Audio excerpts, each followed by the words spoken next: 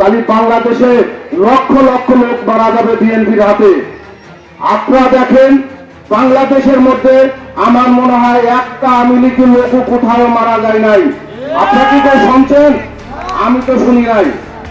দেখেন, আমি আপনাদের কাছে একটা কথা বলতে চাই, মাঝপাড়া কলিমহল আমাদের যদু বিধানবাবু আমাদের পাশের ইউনিয়ন, আমি সর্বক্ষণ তার সাথে এই যে নির্যাতনের মধ্যে যে গত সংসদ নির্বাচনের 4টি মাস পলায় বেড়াইছে, আমরা 3 বছরটা বিধানবাবু আমাকে যথেষ্ট সহযোগিতা করছে।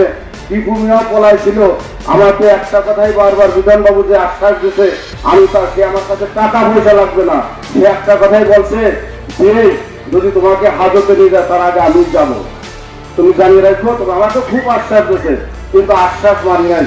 পুলিশের সাথে অনেক সময় মোবাইলে কথাগুলি কয় যে ভাই আমাদের কিছু করার নাই, এটা উপরের নির্দেশ।